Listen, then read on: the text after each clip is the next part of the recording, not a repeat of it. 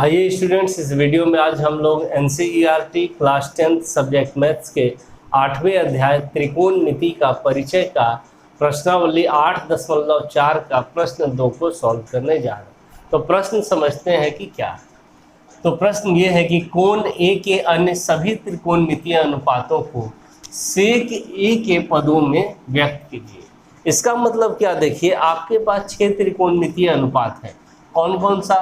Sign A, cos A, tan A, cot A, sec A और cosec ए। तो इन 6 में से कोई भी एक के पदों में बाकी के आप पांचों को व्यक्त कर सकते हैं। तो यहाँ पर बोला कि सेक ए के पदों में अन्य सभी को, अन्य में हमारे पास कितना बच गया? 5 बच गया। साइन, कोस, टेन, कोट और कोसेक। तो अन्य सभी में यही आ गया है, पांचों। इन पांचों को आपको सेक ए के रूप में लिखना है। सेक ए के पदों में व्यक्त करने का मतलब यही हुआ कि साइन ए बराबर जो इधर आप लिखेंगे तो उधर आपका त्रिकोणमितीय अनुपात सेक ए होना चाहिए। इसी तरह से कोस ए बराबर भी उधर जो लिखेंगे आपका सेक ए के ही पद में होना चाहिए। इसी तरह से आपको निकालना है। तो कैसे निकालेंगे? तो देखिए इसमें क्या ट्रिक है, कैसे हम लोग सॉल्व करेंगे। तो आपको जिसके भी पद में बोला जाए उसी को लेके चलना होता है। यहाँ पर बोला है कि सेक ए के पद में बाकी को निकालना है आपको, अन्य सभी को। तो आपको सेक ए लेकर के चलना है और सबसे पहले उसके हेल्प से हमें पी, बी और एच तीनों निकाल लेना होता है, लंब, आधार और कर्ण। और लंब, आधार और कर्ण अगर निकल गया तो हम लोग ये सब आसानी से निकाल सकते हैं, क्योंकि इन सभी का अनुपात वाला फार्मूला हम लोग पहले से ही जानते हैं। तो चलिए शुरू करते हैं हम लोग सॉल्व करना।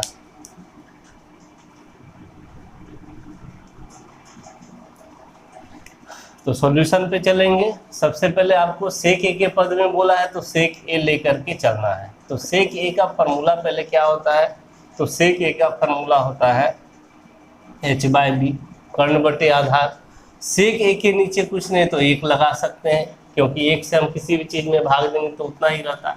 अब h के सामने सेक ए है और b के सामने इधर 1 है, तो हम लोग k लगा के मान लेते हैं इस तरह से कि माना h बराबर k सेक ए तथा b बराबर 1 इंटू के। तो 1 इंटू के में हम लोग सिंपली खाली 1 इंटू के बराबर तो के ही होता है, इसलिए b बराबर क्या मान लेंगे? के मान लेंगे इस तरह से। अब h और b निकल गया तो अब हमें निकालना क्या है? p निकालना है। तो p का फॉर्मूला देखिए, ये सारा चीज़ समझा चुके हैं पहले। क्या होता है? h square minus B square होता है। ये डायरेक्ट p का फार्मूला होता है पाइथागोरस प्रमेय से। तो अब हम लोग यहाँ पे h का मान रख देते हैं। h का मान है k सेक a, तो इसका होल स्क्वायर हो जाएगा, और माइनस b का मान क्या है? k है, तो k स्क्वायर हो जाएगा। तो इस तरह से देखिए इसको जब सॉल्व करेंगे तो हो जाएगा k square sec square a minus k square. इन दोनों पद में देख रहे हैं हम लोग k स्क्वायर है, तो हम लोग k स्क्वायर को कॉमन निकाल सकते हैं यहाँ से।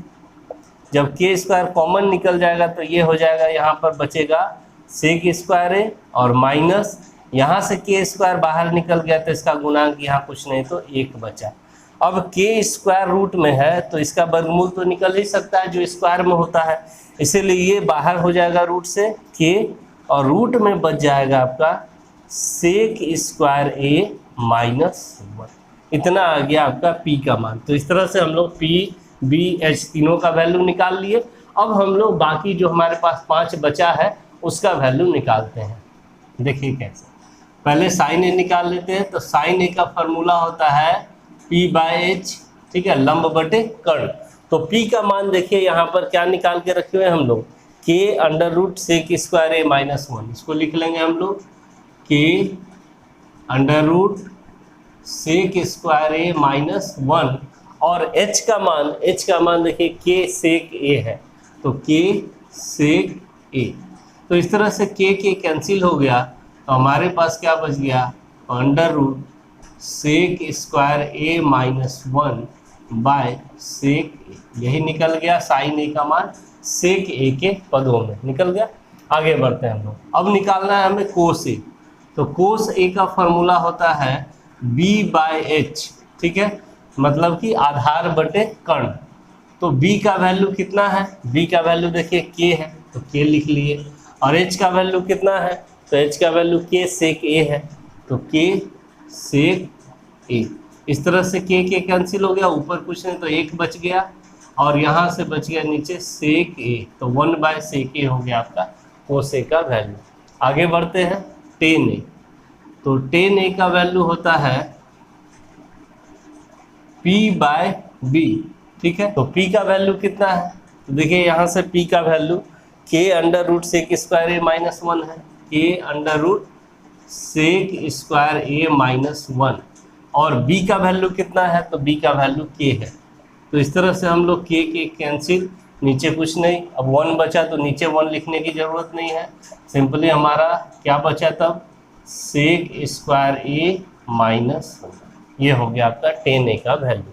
तो अब चलिए कोट a निकाल लेते हैं।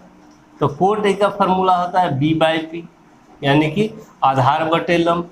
तो b कितना है, b है k, और p कितना है, तो देखिए p यहाँ पर है k under root sec square a minus 1, और यहाँ से k कैंसिल हो गया तो बच गया 1 by under root sec square a minus 1। और अब बचा हमारे पास कोसेक a निकालना। तो कोसेक a का फॉर्मूला होता है h बाय पी, यानी कर्ण बटे लंब, और h का वैल्यू कितना है, तो h का वैल्यू है k sec a, k sec a, और p का वैल्यू कितना है, तो p का वैल्यू है यहाँ पर k under root sec square a minus 1।